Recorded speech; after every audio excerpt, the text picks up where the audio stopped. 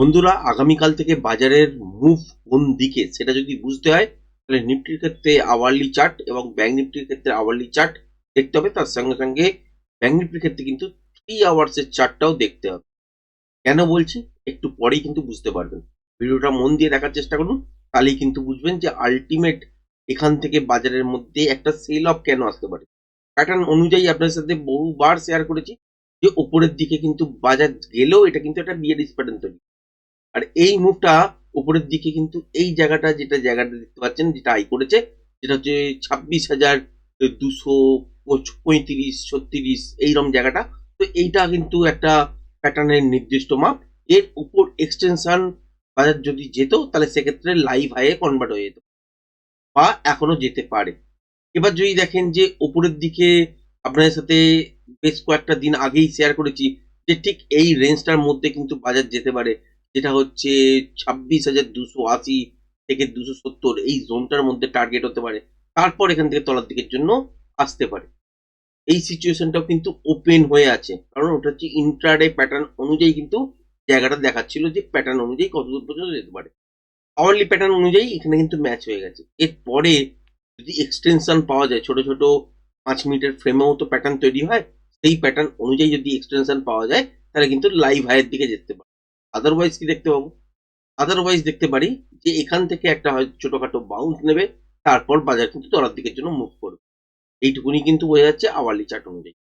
এবার যদি দেখেন যে ব্যাংক নিফটিতে আওয়ারলি যদি চার্ট দেখেন, এখানে কিন্তু নর্মালি কিছু বুঝতে পারবেন না, কারণ এখানে অনেক হিজিবিজি একটা রেঞ্জের মধ্যে অনেক দিন ধরে ধরে চলছে। কারণ হচ্ছে, জানেনই আপনারা যে মার্কেটে কিন্তু বড় ট্রেডার কেউই নেই। এবার যদি ইনস্টিটিউশনাল বাই যদি না আসে, এফআইআই যদি মার্কেটের মধ্যে না থাকে, তাহলে মার্কেটের মুভমেন্টটাও হিজিবিজি হবে। এই মুভমেন্টটাই কিন্তু বাজারের মধ্যে দেখতে পাচ্ছেন।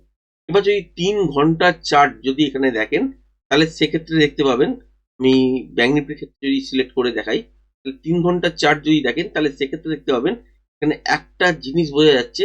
এখনো পর্যন্ত উপরের দিকের যে হাইগুলো দেখতে পাচ্ছেন, এইখানে একটা হাই আছে, তারপর দেখবেন যে তার তলাতে একটা হাই আছে, আগের হাইটাকে কিন্তু ব্রেক করেনি। তারপরে আরেকটা তলা থেকে ঘুরে হাই হয়েছে, সেটা তারপরের হাইটাকে ব্রেক করেনি। এরপরে আবার একটা হাই হয়েছে, সেটা হচ্ছে এত দূর পর্যন্ত, তো আগের হাইটাকে ব্রেক করেনি। যদি লো গুলোর কথা ভাবেন, তাহলে সেক্ষেত্রে এখানে একটা লো হয়েছে, যেটা হচ্ছে এইখানে এইখানে সুইংটা ব্রেক করে দিয়ে তলার দিকের জন্য এসছে, তারপর উপরের দিকের জন্য মুভ করেছে, তাহলে হচ্ছে এইখান থেকে।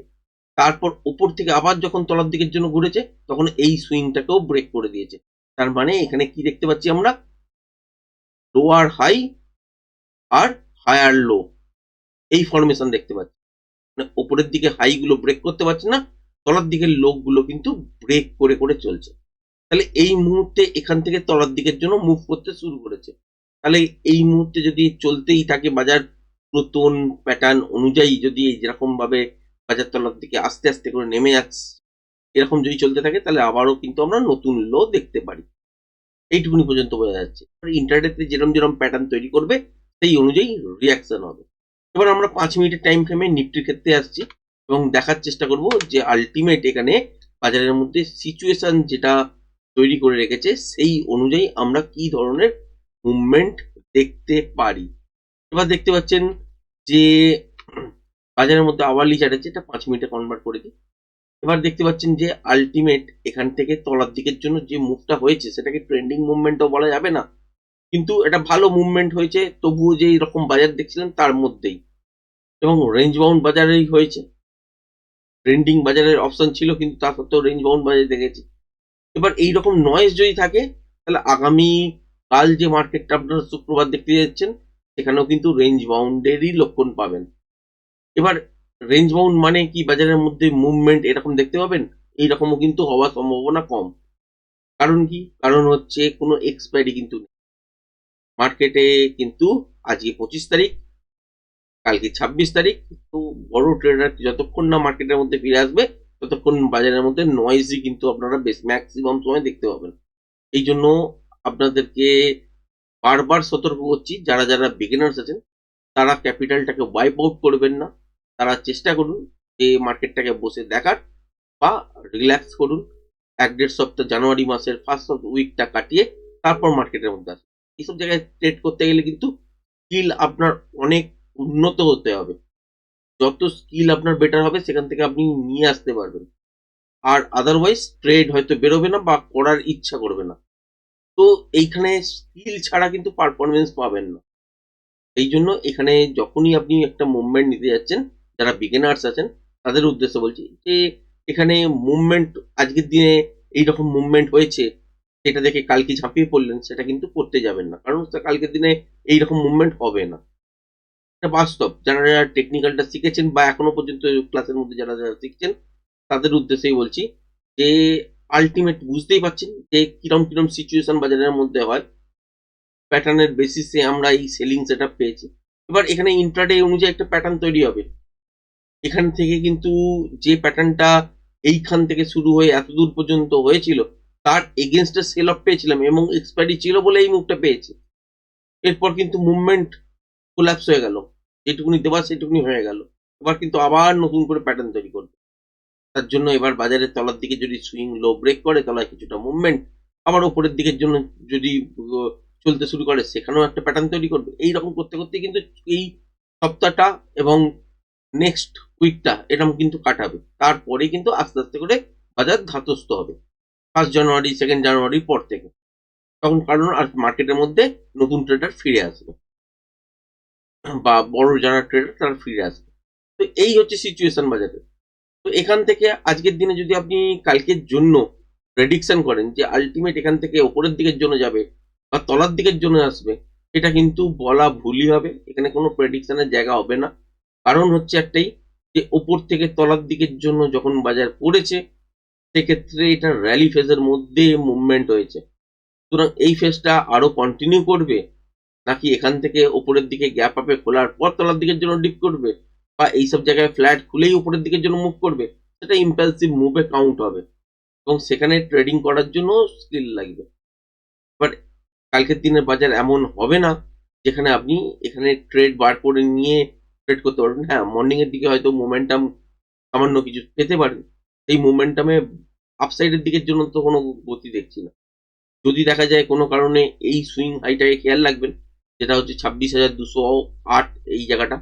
যদি কোনো কারণে দেখলেন যে গ্যাপ আপে খুলে গেছে, 26,208 ব্রেক করেনি, বারবার ট্রাই করছে ওপরের দিকে যাবার, কিন্তু ব্রেক করতে পারছে না, এবং সেক্ষেত্রে যদি সুইং লো ইন্ট্রাডে ব্রেক করে সেক্ষেত্রে একটা শর্টের পজিশন তৈরি করতে পারেন। আর এইটা হচ্ছে স্ক্যাল্পিং হিসেবেই দাঁড়াবে। এবং এই তলার দিকে এই সব জোনের কাছাকাছি এসে দেখবেন যেখানে মোমেন্টাম লস করছে এইখানে গিয়ে এক্সিট হয়ে যাবে। আর যদি এই সিচুয়েশনটাই দেখি যে ওপরের দিকে এই রেঞ্জটার ওপরে গ্যাপ আপ হয়েছে, আবার পর ছোটখাটো হয়তো ডিপ নিয়েছে, তাহলে এই মুভমেন্টটা আপসাইডের দিকের জন্য শিফট করবে সেই সময়। এবং উপরের দিকে এই যে জোনটা কাছাকাছি আছে এটা একটু টার্গেট হবেই। তারপরেও কিন্তু আপনার সাথে আওয়ারলি চার্ট অনুযায়ী বললামই, এইটা হচ্ছে এই 26,280 টার্গেট করবে। আর এইখানে পৌঁছে গিয়ে যদি কন্টিনিউ সাস্টেন করতে শুরু করে দেয়, আলটিমেট বুঝতেই পারছেন যে নেক্সট দিন হয়তো লাইভ হাই দেখবেন। কালকের দিনেই লাইভ হাই দেখবেন সেটা কিন্তু হবে না, মোটামুটি সোমবার বা মঙ্গলবারে গিয়ে হয়তো লাইভ হাইটা দেখতে পাবেন। এই হচ্ছে সিচুয়েশন। এবার এইটা ইন্ট্রাডে মুভের ওপর ডিপেন্ড করবে যে কি ধরনের প্যাটার্ন তৈরি করবে, এবং প্যাটার্নটা তৈরি করার পরই আপনি আলটিমেট বুঝতে পারবেন মুভটা আপ সাইডের দিকের জন্য লাইভ হাইয়ের দিকে কনভার্ট হবে, নাকি এখান থেকে তলার দিকের জন্য ডাউন সাইডের দিকে কনভার্ট হবে। এটা যখন বুঝতে পারবেন ততক্ষণে আপনাকে কিন্তু ইন্ট্রাডে ফ্রেশ প্রাইস অ্যাকশন দেখতে হবে, তারপরে কিন্তু বুঝতে।